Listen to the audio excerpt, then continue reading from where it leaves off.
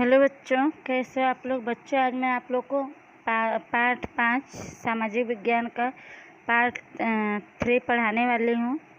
आप लोगों ने पीछे पढ़ा कि देश जब आज़ाद हुआ तो जिन्ना के हर्ट के कारण न चाहते हुए भी माउंटबेटन के समझाने पर नेहरू और सरदार गांधी जी के साथ सलाह करके देश का बंटवारा कर दिए, पाकिस्तान और भारत को अलग कर दिए। जो गांधी जी चाहते नहीं थे, फिर भी विवश होकर उदासी मन के साथ उन्होंने इस बात को माना और भारत और पाकिस्तान का बंटवारा हो गया। आगे हम लोग पढ़ते हैं इसके बारे में।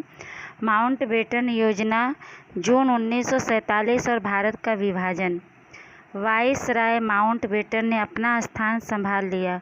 24 मार्च 1947 उसके मतानुसार भारत का विभाजन करने के अतिरिक्त अब कोई उपाय बाकी नहीं बचा था। सरदार पटेल जैसे कई प्रत्यक्षदर्शी यानी आंखों देखा हुआ घटना उसके साक्षी नेता थे।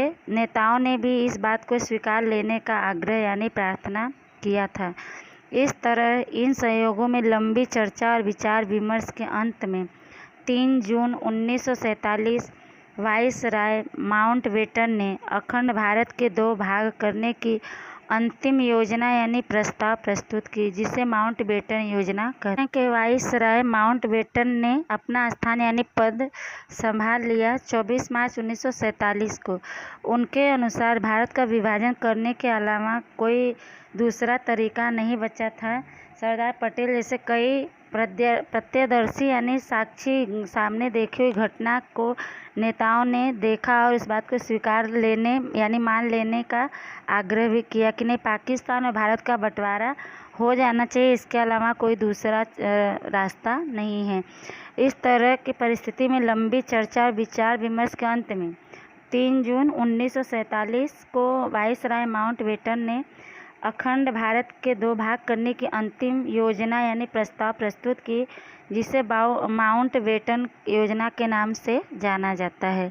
आगे हम लोग पढ़ेंगे। कांग्रेस और मुस्लिम लीग ने इस योजना को स्वीकार किया, जबकि वाइसराय माउंटबेटन ने पंजाब, बंगाल के हिंदू बाहुल्य विस्तारों को भारत के साथ और मुस्लिम बाहुल्य विस्तारों को पाकिस्तान के साथ तथा वायव्य सीमा प्रांत बलूचिस्तान और सिलहट क्षेत्रों को भी पाकिस्तान के साथ जोड़ने के निर्णय को स्वीकृति दी।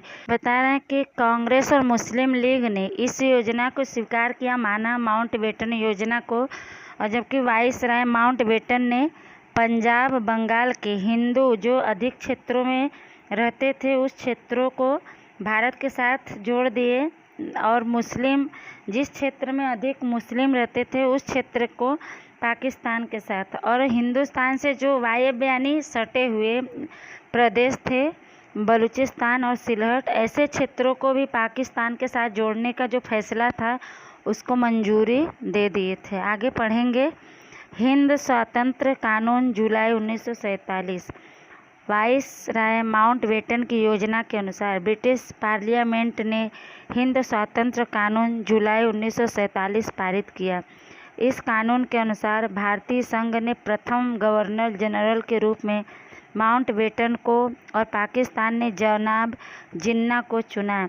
इस कानून से भारत की पराधीनता यानी गुलामी समाप्त हुई। इसलिए गांधी जी इस धारा को ब्रिटिश सरकार द्वारा भारत को दिया गया एकमात्र उत्तम यानी अच्छा और श्रेयस्कर यानी सर्वोच्च कानून कहते हैं। करें कि वाइसराय माउंटबेटन की योजना के अनुसार ब्रिटिश पार्लियामेंट में हिंद स्वातंत्र कानून जुलाई 1947 को पारित किया गया, लागू किया गया, और इस कानून के अनुसार भारतीय संघ ने प्रथम गवर्नर जनरल के रूप में माउंटबेटन को चुना और पाकिस्तान ने जिन्ना को चुना।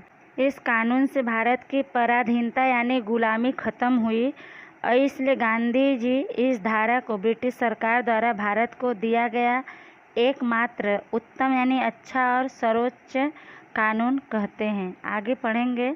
ब्रिटिश शासन के अंतिम वाइसराय माउंटबेटन द्वारा सत्ता सौंपने की कार्यवाही की शुरुआत नई दिल्ली में एक समारोह आयोजित 14 अगस्त 1947 की मध्य रात्रि यानी आधी रात करके की गई।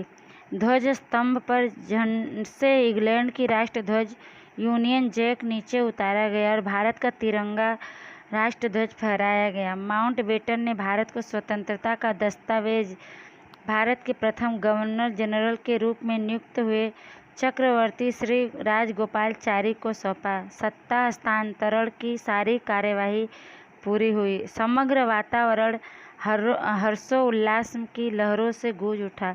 15 अगस्त 1947 का सुंदर प्रभात यानी सुबह उदित हुआ, सुबह आया। समस्त भारत की जनता ने आनंद और उल्लास से प्रथम स्वतंत्रता दिवस के समारोह को मनाया। जगह जगह तोरण बांधे गए, विद्यालयों में मिठाइयाँ बांटी गई। सभी ने प्रतिज्ञा पूरी होने से राहत अनुभव किया, परंतु महात्मा गांधी जी हिंद विभाजन से दुखी होने से वे गहरे शोक और चिंतन में डूबे थे। ब्रिटिश शासन के अंतिम वाइसराय माउंटबेटन द्वारा सत्ता यानी शासन सौंपने की कार्यवाही की शुरुआत नई दिल्ली में एक समारोह आयोजित करके 14 अगस्त 1947 की आधी रात को की गई।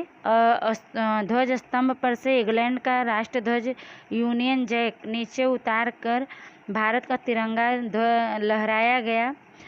माउंटबेटन ने भारत को स्वतंत्रता का दस्तावेज भारत के प्रथम गवर्नर जनरल के रूप में चुने गए चक्रवर्ती श्री राजगोपालाचारी को दिया, सौंपा और शासन का हस्ताक्षर की जो कार्यवाही थी पूरी की गई।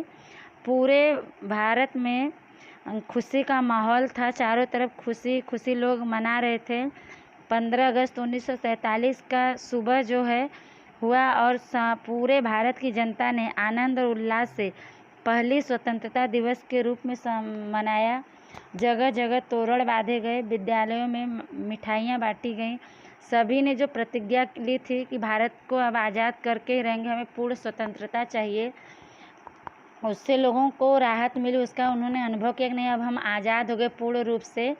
परंतु महात्मा गांधी अखंड भारत का जो विभाजन हो गया था, बंटवारा हुआ था, पाकिस्तान भारत से अलग हो गया था, उस बात से बहुत ही गहरे शोक में थे, बहुत दुखी थे और उसी चिंता में वो डूबे हुए थे। आगे पढ़ेंगे। स्वतंत्र भारत और उसके समक्ष तत्कालीन समस्याएं। भारत जब स्वतंत्र हुआ तो उसके सामने तुरंत कौन कौन सी समस्याएं आई, उसके बारे में हम लोग पढ़ते हैं। माउंटबेटन योजना और हिंद स्वतंत्र धारा, इंडियन इंडिपेंडेंस एक्ट 1947 के परिणाम स्वरूप हिंदुस्तान की विभाजित स्वतंत्रता, भारत और पाकिस्तान इन दो स्वतंत्र राष्ट्रों के लिए सैनिक की व्यवस्था, संपत्ति संबंधी समस्याएं, लेन देन के हिसाब, निराश्रित की समस्या, निराश्रित यानी जिनके पास रहने के लिए आश्रय नहीं था, ऐसी समस्याएं, सार्वजनिक सेवाएं और उसके लिए अधिकारियों और प्रशासनिक तंत्र की व्यवस्था के उपरांत भारत के पश्चिम में स्थित पश्चिमी पाकिस्तान और पूर्वी तरफ की पूर्वी पाकिस्तान की अंतर्राष्ट्रीय सीमाएं निर्धारित करने आदि प्रमुख समस्याओं का निराकरण करना था। कह रहे जब भारत स्वतंत्र हो गया तो स्वतंत्र होने के बाद उसके सामने अनेक समस्याएं आई थी। कह रहे माउंटबेटन योजना और हिंद स्वतंत्र धारा, इंडियन इंडिपेंडेंस एक्ट 1947 के फलस्वरूप हिंदुस्तान की विभाजित स्वतंत्रता, भारत और पाकिस्तान ये दो स्वतंत्र राष्ट्र हुए। इन राष्ट्रों में अनेक तरह की समस्याएं थी और उस समस्याओं का निराकरण करना था, जैसे कि सैनिक की व्यवस्था करना, संपत्ति संबंधी समस्याएं, लेन देन का हिसाब कि भारत में क्या क्या देना है, क्या पाकिस्तान में रहेगा, निराश्रित जिनके पास रहने के लिए घर नहीं था, आश्रय नहीं था, उनको बसाने की समस्या, सार्वजनिक सेवाएं और उसके लिए अधिकारियों और प्रशासनिक तंत्र की व्यवस्था। उसके बाद भारत के पश्चिम में स्थित और पश्चिम पाकिस्तान और पूर्वी तरफ का पूर्वी पाकिस्तान की सटे हुए जो विश्व स्तर की सीमाएं थी दूसरे देशों की, उसको निर्धारित करना कि हाँ ये दूसरे देश की सीमा है, पाकिस्तान यहाँ से ख़त्म होता है। ऐसे अनेक समस्याओं का हल निकालना था। आगे पढ़ेंगे।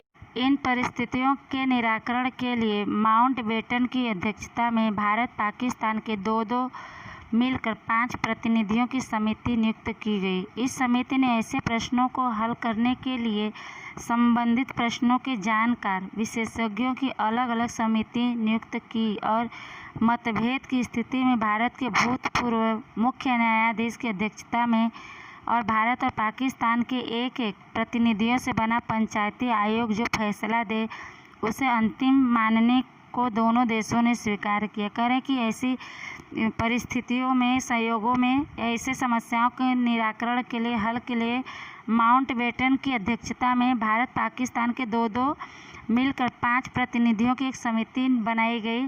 इस समितियों ने ऐसे प्रश्नों को हल करने के लिए जो ऐसे समस्याएं थी उससे संबंधित प्रश्नों को जो जानकार थे विशेषज्ञ थे उनकी अलग अलग समिति बनाई गई और मतभेद की स्थिति में भारत के भूतपूर्व मुख्य न्यायाधीश की अध्यक्षता में भारत और पाकिस्तान के एक प्रतिनिधि से बना पंचायती आयोग जो उन लोगों को फैसला सुनाती उसे पाकिस्तान और भारत मानना स्वीकार करेंगे।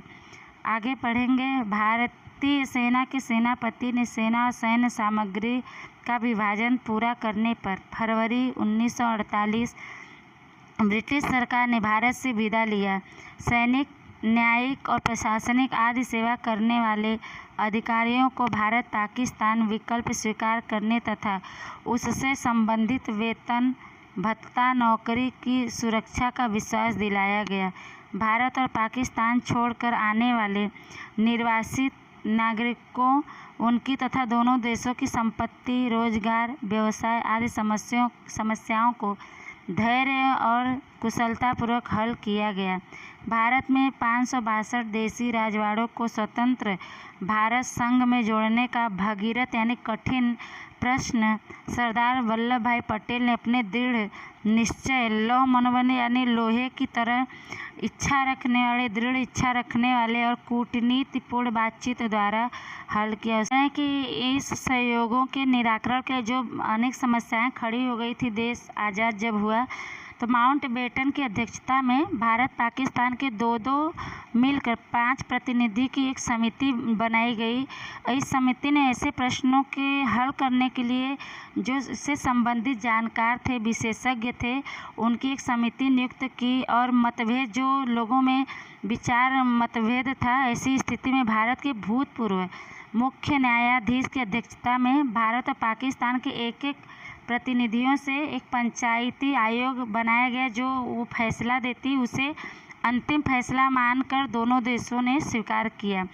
भारतीय सेना के सेनापति ने और सेना और सैन्य सामग्री का बंटवारा पूरा करने पर फरवरी 1948 ब्रिटिश सरकार यानी वेटन भारत से विदा ले लिए चले गए। सैनिक, न्यायिक और प्रशासनिक आदि सेवा करने वाले जो अधिकारी थे उनको भारत पाकिस्तान विकल्प मानने तथा उससे संबंधित वेतन भत्ता नौकरी की सुरक्षा का विश्वास दिलाया गया। भारत और पाकिस्तान छोड़कर आने वाले निर्वासित जो जैसे पाकिस्तान से भारत आ रहे थे भारत से पाकिस्तान जा रहे थे ऐसे नागरिकों को उनकी तथा दोनों देशों की संपत्ति, रोजगार, व्यवसाय आदि समस्याओं को धीरज के साथ कुशलतापूर्वक के साथ समस्याओं का हल किया गया। भारत में 562 देशी राजवाड़ों को स्वतंत्र भारत में जोड़ने का सबसे कठिन कार्य सरदार वल्लभ भाई पटेल ने अपने दृढ़ निश्चय और लोहे की तरह मजबूत इच्छा रखने वाले और कूटनीतिपूर्ण बातचीत के द्वारा उन्होंने इस समस्या का हल निकाला। आगे पढ़ेंगे। फिर भी विभाजन के कारण हुए कौमी दंगों का प्रभाव यानी असर, महात्मा गांधी जी की हत्या का आघात, स्वतंत्र भारत को सुशासन देकर स्वावलंबी बनाना, कृषि क्षेत्र की कमजोर स्थिति, देश में शांति और सुलह का वातावरण तैयार करना, देश की आंतरिक और बाहरी सुरक्षा जैसे प्रश्नों आदि विषयों के निराकरण के लिए दीर्घकालीन यानी बहुत लंबी आयोजन आवश्यक बना। कह रहे हैं कि ये सब होने के बाद भी बंटवारा पाकिस्तान और भारत का बंटवारा होने के कारण जो देशों भारत में जाति धर्म को लेकर दंगे हुए थे उसका असर हुआ भारत पर। महात्मा गांधी जी की हत्या का सबसे बड़ा दुख हुआ, उस समय आघात पहुंचा लोगों को। स्वतंत्र भारत को सुशासन बनाकर अच्छी तरह शासन चले भारत में और अपने ऊपर लोग आश्रित रहे। कृषि क्षेत्र को मजबूत बनाने की स्थिति देश में शांति और सुलह का वातावरण माहौल तैयार करना, देश को बाहरी और अंदर के सुरक्षा जैसे प्रश्नों को और आदि दूसरे समस्याओं के निराकरण के लिए हल के लिए बहुत लंबी आयोजन करना आवश्यक बना। बच्चों, ये पाठ आप लोग का समाप्त होता है। इसको आप लोग अच्छे से सुनिएगा और जब प्रश्न दिए जाएंगे तो उसका उत्तर आप लोग को लिखना पड़ेगा। तब तक के लिए धन्यवाद।